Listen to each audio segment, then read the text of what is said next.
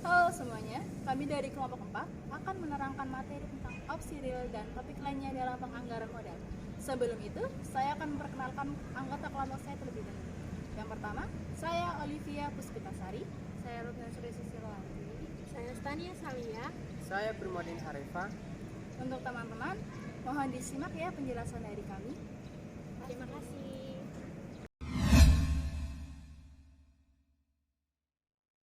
Pertama, saya akan menjelaskan pengertian opsi real. Opsi real adalah memberikan suatu hak yang bukan kewajiban investor untuk mengambil keputusan di masa yang akan datang dan berharap menambah arus kas yang dimiliki. Terdapat 5 prosedur yang digunakan untuk menangani opsi real. Yang pertama, gunakan nilai DCF dan abaikan berbagai opsi real yang dianggap nilainya nol. Yang kedua, gunakan penilaian DCF dan masukkan pengukuran kualitatif dan berbagai jenis opsi real. Yang ketiga, menggunakan analis PGA tinggi, rata-rata, rendah, keputusan. Yang keempat, gunakan satu model standar untuk opsi finansial. Dan yang terakhir, kembangkan keunikan model proyek-proyek spesifik yang menggunakan teknik rekayasa finansial. Bagaimana sih penerapan opsi real itu? Pertanyaan dari teman saya, bagaimana cara penerapan opsi real? Di sini untuk penerapan opsi real ada beberapa langkah. Pertama, identifikasi pola atau jalur investasi korporasi yang berbeda atau proyek-proyek yang dijalankan dalam kondisi bisnis yang tidak pasti. Yang kedua, menilai setiap opsi strategi investasi dan memberikan pandangan secara keuntungan finansial dan kelayakannya. Yang ketiga, memberikan prioritas atau opsi-opsi investasi yang ada berdasarkan metrik-metrik kuantitatif dan kualitatif. Untuk yang keempat, mengoptimalkan nilai dari keputusan investasi strategi dengan mengevaluasi opsi-opsi berbeda dalam kondisi tertentu dengan urutan evaluasi yang berbeda untuk mendapatkan hasil yang optimal. Yang kelima, menentukan waktu yang paling tepat dalam melakukan eksekusi investasi dan menemukan nilai opsi dari variabel-variabel biaya dan pendapatan. Dan yang terakhir, untuk mengatur dan mengembangkan opsi-opsi yang ada dan menentukan keputusan yang strategi untuk keuntungan di masa yang akan datang. Baik, selanjutnya saya akan menjelaskan mengenai jenis-jenis opsi real. Yang pertama, di sini ada opsi pengertian atau abandonment option. Opsi untuk menghentikan suatu proyek jika arus kas operasinya berubah menjadi lebih rendah dari yang diperkirakan.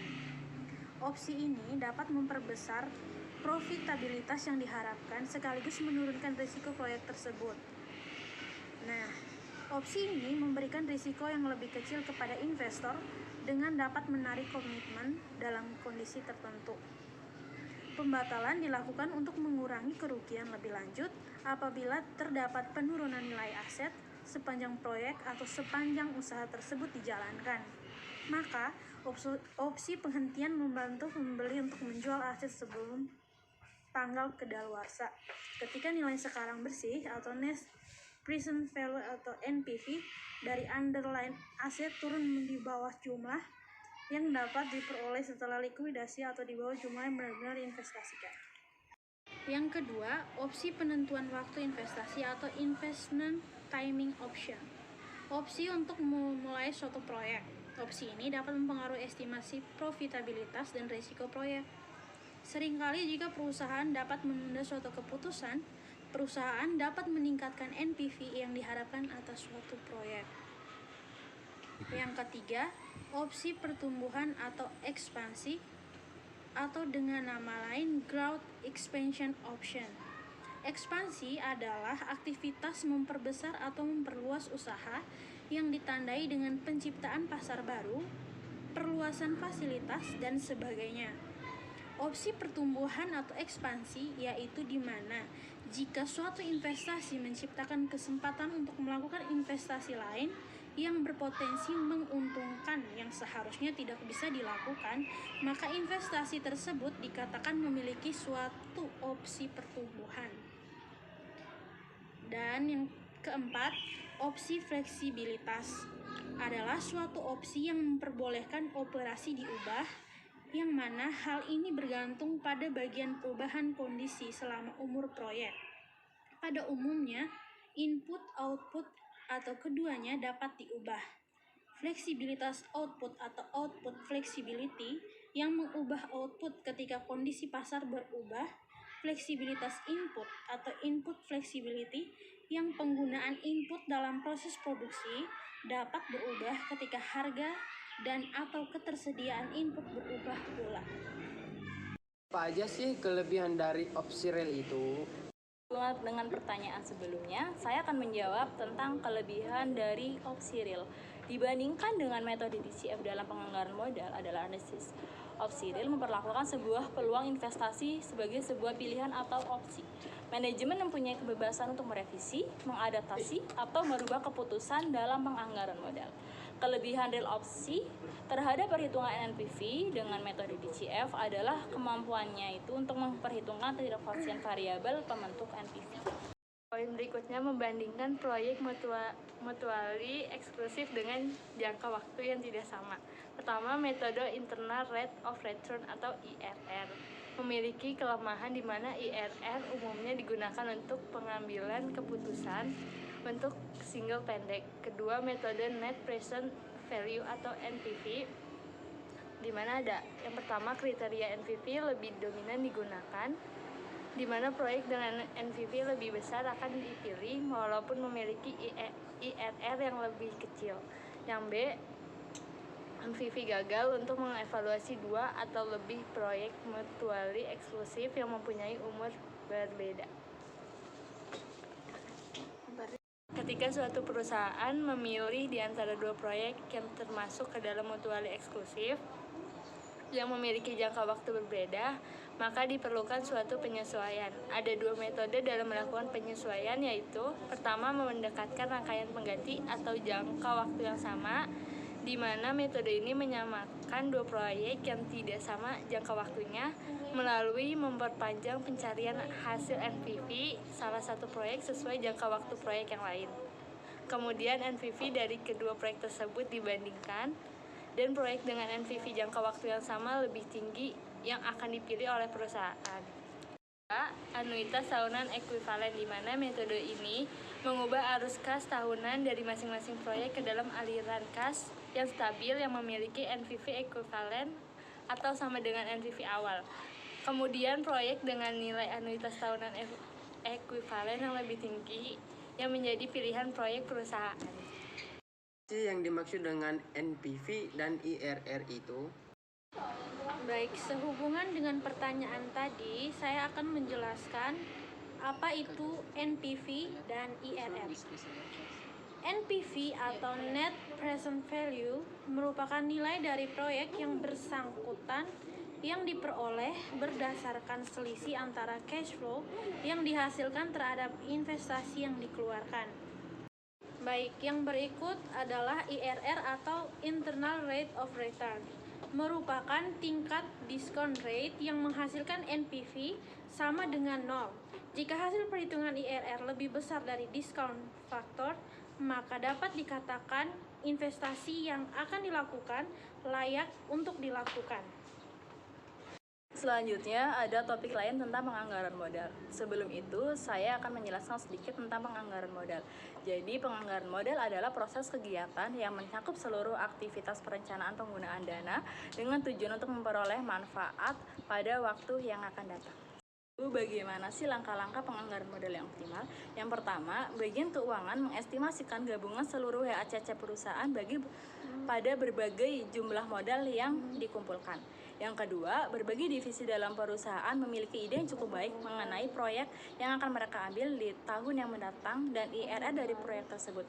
Jelasnya, beberapa proyek lebih baik dari yang lain selama mereka memiliki IRR yang lebih tinggi dan kemungkinan NPV yang lebih tinggi juga selama WACC diketahui dan NPV bisa dihitung. 3. Daftar WACC menginformasikan biaya modal marginal perusahaan, yaitu biaya yang timbul dari setiap dolar yang dikumpulkan yang terdiri atas utang dan ekuitas, masing-masing dalam presentasi tertentu. Yang keempat, bagian keuangan akan melaporkan hasil tersebut pada berbagai divisi, kemudian mereka akan membuat penyesuaian risiko yang tepat, yang mana hal ini tergantung pada faktor-faktor yang ditetapkan bagi divisi yang bersangkutan. Dan yang terakhir, divisi-divisi akan menghitung NPV dari berbagai proyeknya menggunakan biaya modal yang disesuaikan dengan resiko. Terakhir ada pasca audit. Salah satu aspek terakhir dalam proses penganggaran modal adalah pasca audit yang menyertakan proses membandingkan hasil aktual dengan hasil yang diprediksi oleh pengembang proyek dan menjelaskan mengapa sejumlah perbedaan muncul. Pengertian dari pasca audit sendiri ialah perbandingan hasil yang aktual dengan hasil yang diharapkan untuk suatu proyek modal tertentu. Pasca audit memiliki dua tujuan. Yang pertama, mengingatkan perkiraan saat pengambilan keputusan dipasang untuk membandingkan proyeksinya dengan hasil aktual. Terdapat kecenderungan estimasi yang ditingkatkan. Bisa secara sadar atau tidak sadar diamati dan dihilangkan. Metode perkiraan baru dicari karena dibutuhkan atau hal itu menjadi jelas. Dan orang-orang cenderung untuk melakukan segalanya lebih baik termasuk saat memperkirakannya. Jika mereka sadar bahwa tindakannya mereka diawasi. 2. Meningkatkan operasi. Bisnis dijalankan oleh manusia dan manusia bisa melakukan efisiensi lebih rendah atau lebih tinggi. Saat tim divisi telah membuat perkiraan mengenai satu investasi, anggota tim mempertaruhkan reputasi mereka. Oleh karena itu, jika biaya berbeda di atas perkiraan dan penjualannya berada di bawah perkiraan, para eksekutif di bagian produksi, pemasaran, dan bagian lain akan berjuang untuk memperbaiki operasi dan mengusahakan agar hasilnya sejalan dengan perkiraan. Bagaimana cara menghitung NPV dan IRR itu?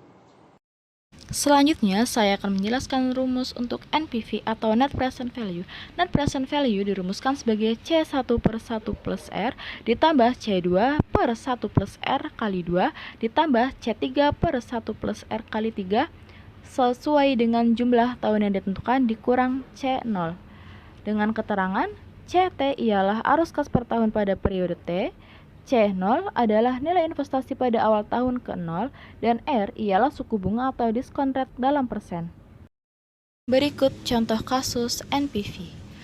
Manajemen perusahaan ADC ingin membeli mesin produksi untuk meningkatkan jumlah produksi produknya. Dengan harga mesin produksi yang baru tersebut ialah 150 juta dengan suku bunga pinjaman sebesar 12% per tahun. Arus kas yang masuk diestimasikan sekitar 50 juta per tahun selama 5 tahun. Pertanyaannya, apakah rencana investasi pembelian mesin produksi ini dapat dilanjutkan? Lalu kita hitung menggunakan cara yang sebelumnya.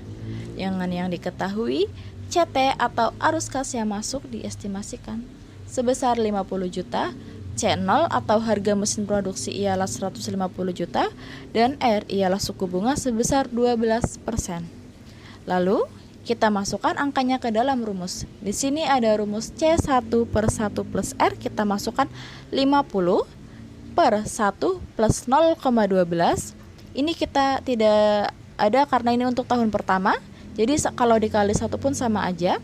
Lalu ditambah 50 per 1 plus 0,12 dikali 2 untuk tahun kedua, ditambah 50 per 1 plus 0,12 dikali 3 untuk tahun ketiga, plus 50 per 1 ditambah 0,12 dikali 4 untuk tahun keempat, ditambah lagi 50 plus 1 plus 0,12 dikali 5 untuk tahun kelima, karena sesuai soal ini diestimasikan sekitar 50 juta selama 5 tahun. Maka kita hitung sampai 5 sesuai jumlah tahun. Lalu dikurang harga mesin sebesar 150 juta.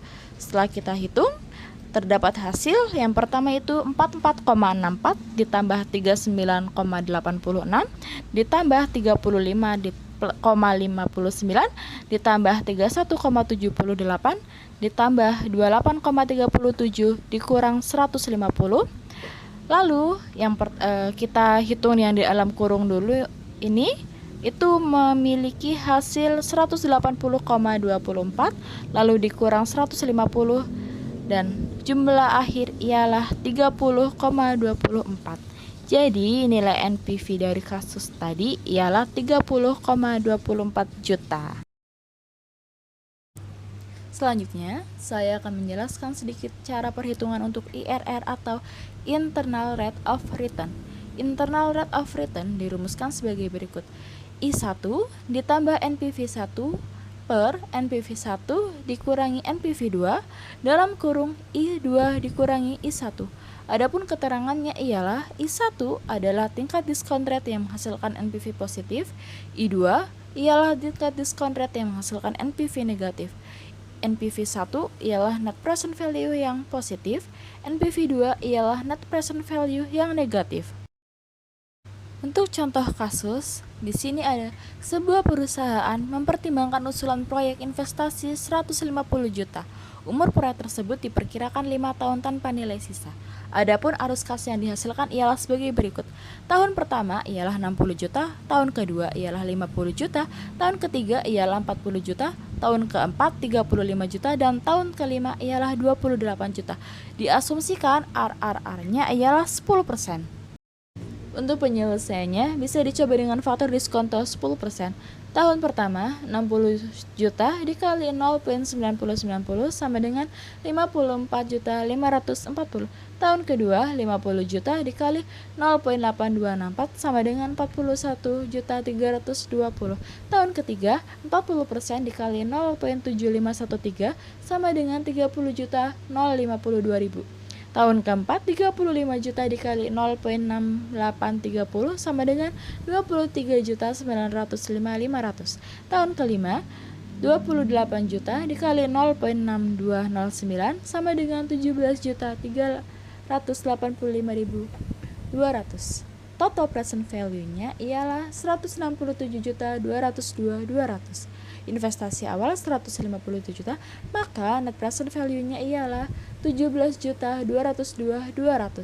Lalu yang kedua dicoba dengan faktor diskonto 16%. Yang pertama, 60 juta dikali 0,8621 sama dengan 51.726.000.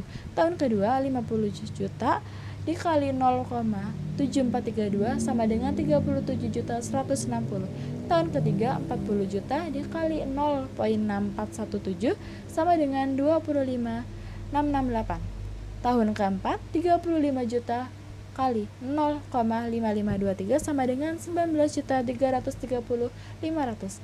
Tahun kelima, 28 juta dikali 0,419 sama dengan 17.973.200. Maka total present value-nya ialah 100.131.700 dan investasi awalnya ialah 150 juta. Maka net present value-nya ialah negatif 49.868.300. Lalu ada perhitungan interpolasi seperti yang bisa dilihat di tabel yang terlampir. Maka dihasilkan IRR sama dengan 10% ditambah dalam kurung 17.202.200 dibagi 67 juta 0,70500 dikali 6%. Maka IRR-nya ialah 11,5388%. Terima kasih telah mendengarkan penjelasan dari kami. Mohon maaf bila ada kekurangan dan ada salah kata. Sekian dari kami. Assalamualaikum warahmatullahi wabarakatuh.